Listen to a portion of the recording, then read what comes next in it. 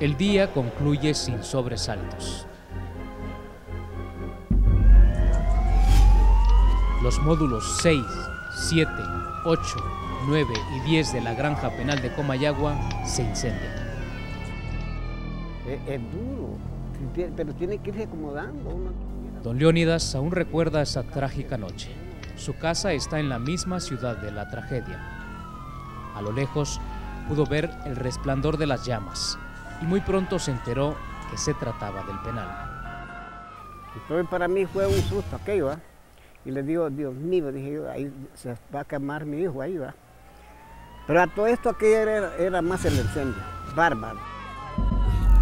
A las 11:10 de la noche, desde la oficina de monitoreo de Copeco se comunican con el jefe nacional de operaciones. Y procedí a comunicarme con el regional, con su comisionado de la regional de Comayagua para que me diera los pormenores o qué era lo que se estaba haciendo y así girarle yo algunas instrucciones, algunas órdenes para poder cumplirle como jefe de operaciones a él para que se sintiera apoyado también. Él había tomado ya cartas en el asunto. Se coordinan acciones directas con miembros del Sistema Nacional de Gestión de Riesgos, SINAGER. A las 11:56 de la noche, Lisandro Rosales, ministro comisionado de Copeco, es informado de lo sucedido por el jefe nacional de operaciones. En ese momento se hablaba de 200 muertos. Posteriormente recibo una llamada del jefe regional en Comayagua donde me indican que son más de 350 las personas fallecidas producto del incendio. Y esto me genera más preocupación. Me pongo en contacto inmediatamente con el ministro de Seguridad, quien me confirma que las cantidades son bastante difíciles. 350 hondureños hasta ese momento. 12 internos son trasladados desde la granja penal de Comayagua a la capital Tegucigalpa, a unos 100 kilómetros de distancia, para ser atendidos en el Hospital Escuela, Centro de Asistencia Nacional. Unos fallecen en el camino, otros logran llegar a los hospitales y fallecen en los posteriores días. Las primeras reacciones son actuar de inmediato, actuar de manera diligente y que el país pueda ver una respuesta del gobierno y de las autoridades. Se actúa de inmediato. El ministro Rosales envía al penal al director de respuesta, Oscar Mencía. Quien junto a un equipo de trabajo movilizaron un centro de operaciones móviles y establecieron en un periodo de 1 hora y media, en una distancia de 100 kilómetros desde la ciudad capital, pudieron establecer un centro de operaciones y empezaron a darnos información. Las malas noticias llegaron muy temprano al presidente hondureño Porfirio Lobo Sosa. El ministro Rosales y Pompeyo Bonilla, ministro de Seguridad, le informan de los hechos. 2 horas más tarde, el Consejo de Seguridad decide en función del dolor y la magnitud de la tragedia. Una de las principales decisiones que el presidente tomó es ayudar a los familiares en todas sus necesidades en este proceso doloroso que va a tomar algún tiempo, según nos decían las autoridades del Ministerio Público, en reconocer los cadáveres por el grado de deterioro que tenían. Para nosotros los privados de libertad que estaban en los hospitales eran prioridad. Empezamos a buscar algunos medicamentos que hacían falta, ayudar a la Secretaría de Salud y apoyarlos en estos momentos. Y luego los familiares. Inmediatamente se establecieron campamentos provisionales para albergar a las personas que habían sobrevivido el incendio en el mismo penal y establecer dentro de la ciudad capital un campamento donde pudieran estar cerca de la medicina forense. La mañana del 15 de febrero inició muy temprano para los empleados de Copeco y muchos miembros del Sistema Nacional de Gestión de Riesgo, especialmente organismos de primera respuesta, bomberos, policías, militares, socorristas de Cruz Roja, Cruz Verde y voluntarios que se sumaron a las labores de rescate y ayuda humanitaria. Don Leónidas, aún despierto desde la noche anterior, decidió ir al penal muy temprano, pero al llegar pensó en lo peor. Dije, Dios mío, pero ¿qué voy a ir a hacer yo? Ya estaban quemados, pues. No, yo me voy para Tegucigalpa inmediatamente. Ni fui ni a la casa, no volví a la casa, sino que agarré un taxi y le digo, déjame a Tegucigalpa. Me vino a dejar a Tegucigalpa, y nomás agarré otro, me vine aquí a la morgue. Desde esa fecha yo no he vuelto a la casa. Todo ocurrió deprisa y de la misma manera tenía que llegar la respuesta. Solo horas después se instaló el Campamento Humanitario Esperanza en los predios del Instituto Hondureño de Formación Profesional INFOP. Uno de los salones de exposición se adecuó para albergar 200 personas inicialmente. Posteriormente se colocaron tiendas de campaña que fueron ubicándose en bloques de 40 y por afinidad entre las personas. Se estableció una cocina, una bodega logística, se estableció una oficina y un centro de operaciones. Se establecieron una batería de servicios sanitarios y nos encontramos con un grave problema, no teníamos duchas. El personal de Copeco del área de mantenimiento preparó unas duchas que dieron un resultado impresionante, tanto para hombres y mujeres. De manera inmediata esa tarde ya las personas pudieron darse un refresco, pudieron ducharse y en este sentido se completaba lo que era un campamento humanitario. Llegamos a atender 1.400 personas. La complejidad de la emergencia se generó producto de la tragedia y los frentes que debieron atenderse al mismo tiempo. Primero, en la Granja Penal. Fue una labor humanitaria, fue una labor logística, fue una labor operacional y fue una labor hasta cierto punto de poder brindar con nuestras ideas o con nuestras aportaciones lo que era el perímetro de seguridad, tanto al centro penal como a todo lo que eran las viviendas y negocios que pudieran estar en los alrededores. El otro punto que atender era la morgue judicial a cargo del Ministerio Público. Ahí se aglomeraron decenas de familiares que pedían se les entregaran los cuerpos rápidamente. Copeco instaló carpas y un centro de operaciones móvil para coordinar la atención y la comunicación con el otro centro de operaciones en el campamento del INFOP y los equipos en el centro penal. Estamos conscientes del tiempo de espera y todos los equipos están trabajando en este sentido. 6 días después de la tragedia, los familiares que esperaban frente a la morgue y se resistían a trasladarse al campamento aguardando por los cuerpos, entraron en desesperación.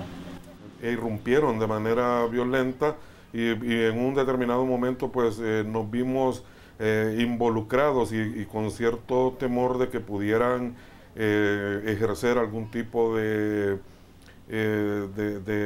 autoría con respecto al COE móvil y con respecto más sobre todo a lo que era la vida humana de las personas que conformamos estos grupos del COE móvil de Copeco en la morgue.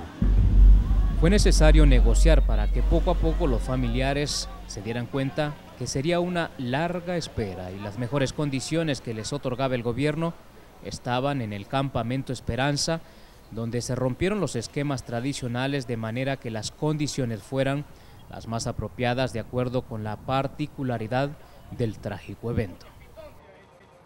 Cuando yo hablo de fuera del esquema es de romper de lo técnico a lo netamente humano, que fue lo que nos indicó a nosotros el señor ministro en su oportunidad. El enfoque de derecho, que no lo perdimos en ningún momento, y tener un campamento más con miras humanas que con miras técnicas, ¿verdad? Por ejemplo, no organizar a las familias de entrada como se hace en un campamento normal, donde ellos son los responsables de su limpieza, ellos son los responsables de elaborar sus alimentos. Por el duelo, por ese dolor, por la forma en que ellos perdieron el familiar y por ver el lado humano, decidimos, por ejemplo, contratar una micro de limpieza, contratar una persona que hiciera los alimentos, que el personal nuestro apoyara la elaboración de esos alimentos. 4 días después de la tragedia en el penal, mientras se desplaza al Campamento Esperanza, el ministro Lisandro Rosales observa humo negro que se eleva en un sector de la capital hondureña. Inmediatamente recibo un mensaje: incendio en los mercados capitalinos. Un incendio que devoró y dejó en la calle prácticamente a más de 5.000 hondureños microempresarios, en los mercados de abastos en la ciudad capital, el mercado Colón, el mercado Álvarez, vendedores peatonales. Nos trasladamos de manera inmediata. Un recorrido que normalmente tomaría unos 30 minutos con tráfico al mediodía, lograron hacerlo en 3 minutos con la ayuda de sirenas. Mientras se dirigían al mercado, el resto de equipos se movilizaban. Más de 20 funcionarios de Copeco, desde el camarógrafo hasta los especialistas en extinción de fuego, participaron en este evento. Todos ayudamos. Fue un evento que también nos complicó, porque ya teníamos la atención a las personas en el campamento Esperanza, a las personas que se encontraban esperando a sus familiares en el centro, en la morgue, a los internos que se encontraban todavía en el centro penal, en las tiendas de campaña que habíamos puesto. Desde ese momento era otro frente obligado a atender. Recuerdo ese día en el campamento Esperanza y recibí la llamada del ministro comisionado para que lleváramos inmediatamente las 2 cisternas con capacidad de 7.000 litros cada una de ellas y las 10 autobombas forestales livianas. No me podía creer lo que me estaba solicitando, inmediatamente salimos correspondiendo a la emergencia, le dimos la llave a todos los conductores, incluso las personas que no están para el manejo de emergencia, sino que simplemente son conductores. Llevamos inmediatamente el equipo, nos trasladamos al lugar y justo cuando íbamos en caravana, con las sirenas ya activadas y los tanques listos para reaccionar, miramos una densa nube de humo increíble. Se otorgó toda la ayuda humanitaria necesaria y equipo para respaldar las tareas de rehabilitación en los principales centros de abasto de la capital hondureña, los mercados capitalinos. Y se rehabilitó a los vendedores temporalmente. Durante este tiempo que los vendedores no estuvieron trabajando, se les proporcionó alimento, que es un kit alimenticio y de higiene, que es comida para 15 días. Se les dio a ellos 2 raciones por persona para que pudieran tener alimentos por 30 días por persona. En 4 frentes a la vez: el centro penal, la morgue judicial, los mercados capitalinos y el campamento Esperanza, que no dejaba de arrojar complicaciones: el dolor, la desesperación, la incomodidad y hasta la particularidad en el comportamiento de algunas personas alojadas. La actitud y la mentira constante de muchas de las personas que estuvieron dentro del campamento nos complicó mucho la armonía y el buen manejo del mismo, donde tuvimos situaciones muy críticas debido a la exigencia de personas, por ejemplo, que decían tener un familiar ahí y que después de 60 días pudimos comprobar que no esperaban ningún cuerpo, ya que el padre que esa persona reclamaba, por ejemplo, se encontraba vivo. Don Leónidas, el último de los familiares de las víctimas en dejar el campamento después de 3 meses, fue testigo de cómo algunos se aprovecharon de la tragedia. Era un muchacho que no tenía ni familiar y decía que era el papá que estaba muerto y nada, que era, trajeron el papá del campamento y él ahí estaba, lloraba y le sacaron a él como 5 veces y él decía que era el papá estaba muerto y mentira. Y ahí se dio de varias cosas, pero como decimos ya eso es de por aparte, ¿verdad? De que la gente pues como en esos casos va de todo. La tardanza en la entrega de los cuerpos mezclada con el dolor generó en los familiares de las víctimas estados emocionales que demandaron la ayuda de especialistas. Porque ya los cuadros variaban de lo que era el dolor por la pérdida, pues a estados de ira, a estados de enojo, de cólera. No podían manejar las situaciones exigiéndole al gobierno y exigiéndole a Copeco, en este caso, que les entregáramos sus familiares muertos. Organizaciones del sistema atendieron el llamado de Copeco para apoyar la tarea de atención psicológica y evitar el caos. Habían 52 psicólogos permanentemente atendiendo a mujeres, hombres, niños, niñas, jóvenes, adultos mayores. Claro, era una situación de luto, de dolor, en los cuales pues, los núcleos familiares deberían de permanecer unidos y así sucedió.